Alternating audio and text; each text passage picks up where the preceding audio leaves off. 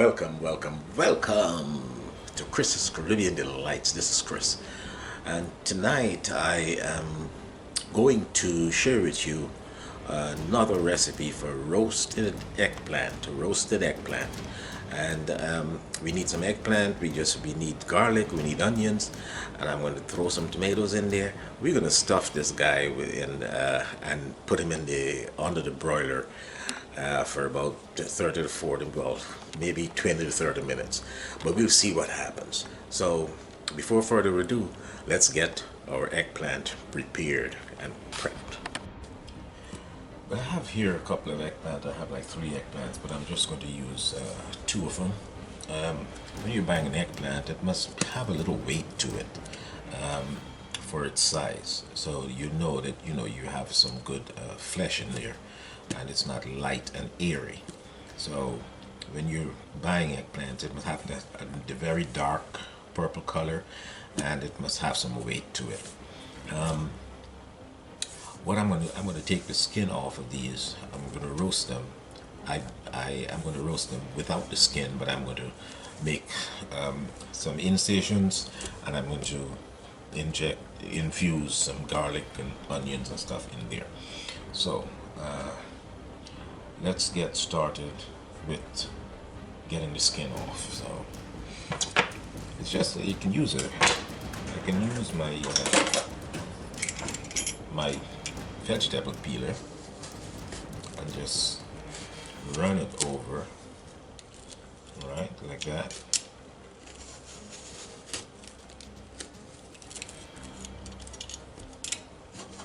Or you can use a knife.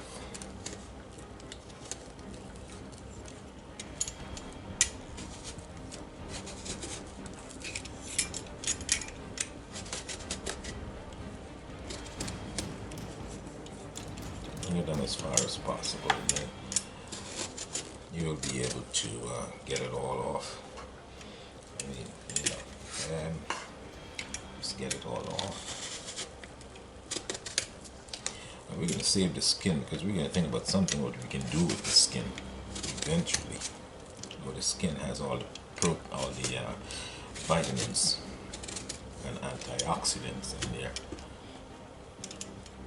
So, okay, so this is how we'll get the skin off. So now I'm going to do the next one, and then I'll be back with the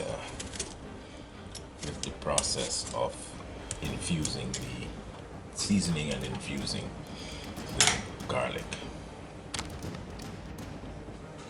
So here we go.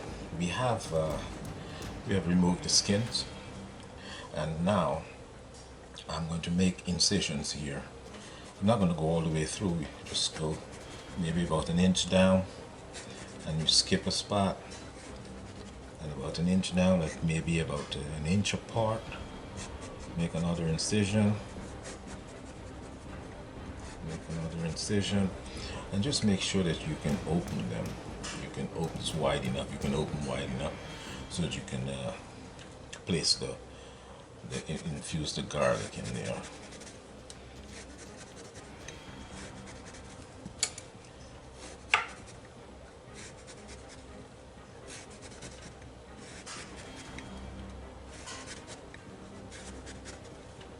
Okay, now I think we've gone all around, so now we're going to take our slivers of garlic.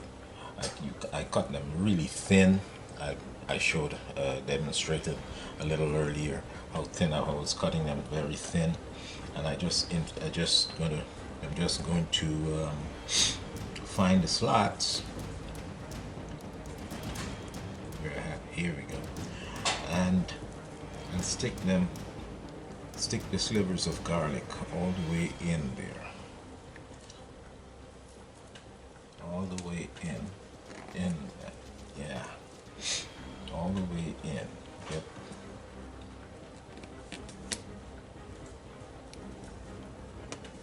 Okay. There we go. Here's another one. Get some garlic in there.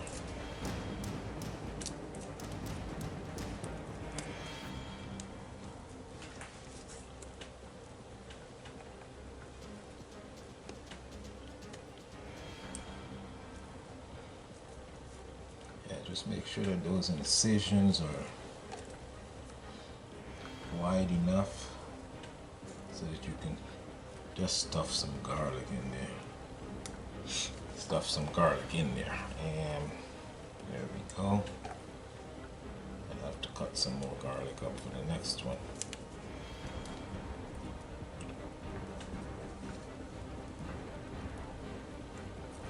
Right. Open it up. There we go. Back to the start. Okay.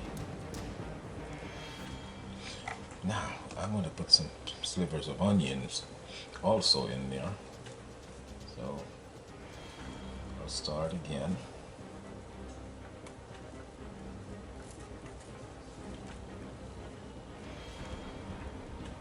I'm not going to use as much onion as the garlic. I need the garlic flavor in there.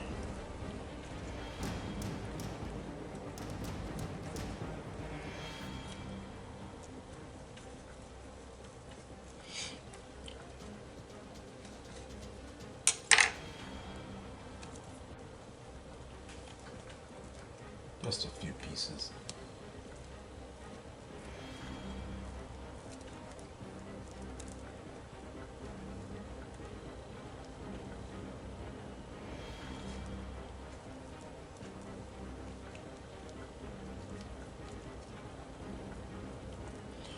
Okay, now try to get some seasonings into those crevices also.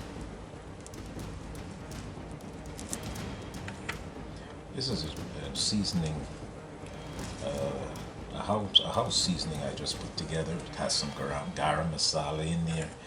It has a little jalapeno powder, a little salt, and some black pepper, regular stuff. Just put it together because I just want the inside and the outside to have that flavor.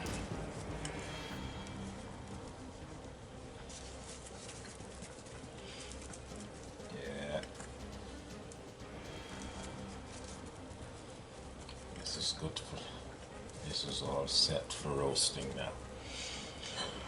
Okay, so that's done. So we'll go ahead and do the second one, and then I'll be back when I'm going to put them under the broiler at 525. And here we are. This is my grill, my grill pan, but my broiler pan. So I just rest them on the broiler pan. I'll leave them uncovered for the first 10 minutes, and I'll turn it so I can get some char on there. Then I'll lightly cover it with some foil for another 20 or 30 minutes, or until it starts to really cook. So here we go, 525 under the broiler. So it's about it was in there for about 10 minutes, and as you can see, it's already starting to cook and get a good color. Now I will lightly cover it so that the inside would cook. So I'll just lightly cover it with a piece of foil, and we'll continue the process.